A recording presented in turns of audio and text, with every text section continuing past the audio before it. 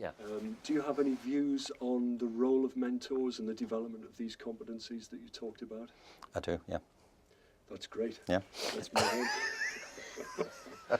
let me ask an open question, if I may. I do, yeah. What are your I have views? loads of views. What are your views on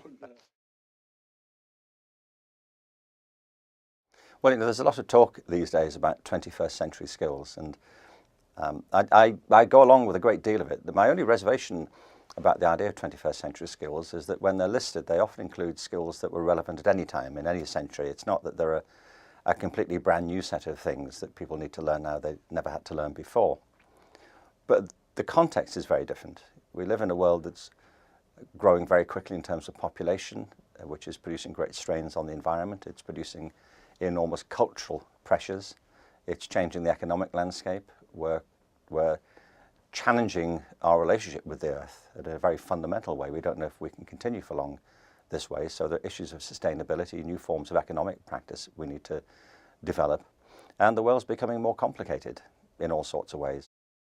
The capacity for new thinking and or turning old ideas into new applications has really never been more important. And I think our kids ought to recognize how deep their capacities for creativity are. People often think it's a rather vague term that can't be defined.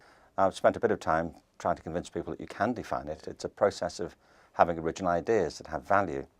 And it's the fruit of imagination. It's applied imagination. And it can be present, evident, developed in almost every part of the curriculum. Not just the arts, but in science, technology. The world is crying out for fresh thinking, new ideas. A second is compassion.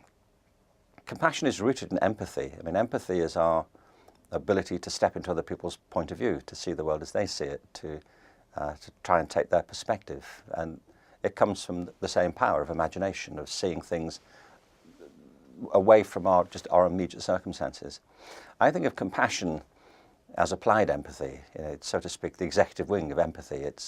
It'd be one thing to empathize with somebody else's situation. It's something else to do something about it and to decide either to act on behalf of somebody or to prevent others acting against them.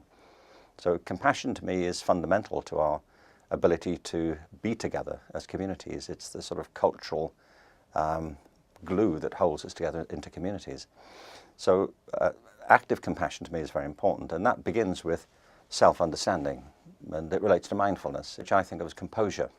I mean the ability to be centered in yourself. A lot of young people, and not only young people, all sorts of people, I think find themselves off balance in various ways. You only have to look at the figures for depression.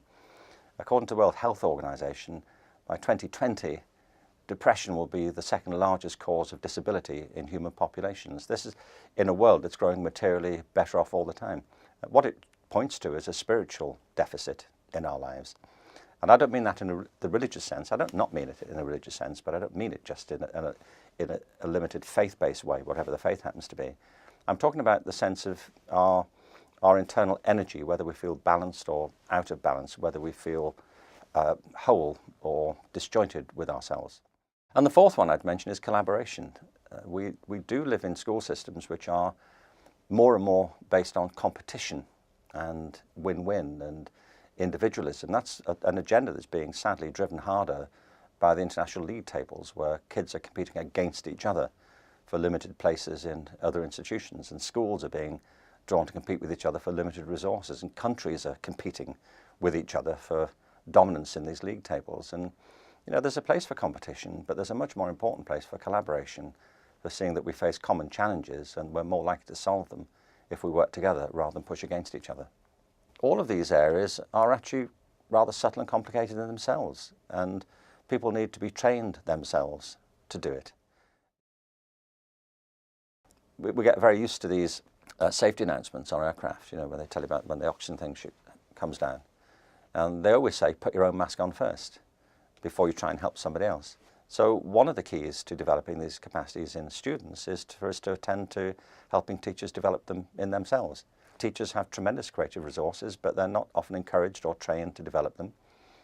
They have their own needs to develop their capacities of composure and empathy, but they don't have the techniques either. I don't mean all of them, but very many. It doesn't feature in teacher education very much. Mentoring is, I think, is an essential part of teaching and of education more generally. A mentor is somebody who helps you identify your own interests, your own talents, your own strengths, and mitigate your weaknesses, but also does more than that.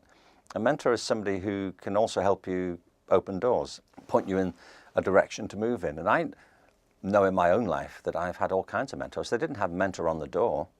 They were just people who took an interest in me, people I met, often teachers, who saw something in me that I didn't see in myself, who took a shine to something I was capable of doing and encouraged it. Great teachers have always naturally taken on that sort of role. They take an interest in their students and recognize that to be a teacher isn't just about teaching the discipline in some direct way. Teachers also empower kids so they gain proper confidence in their own abilities.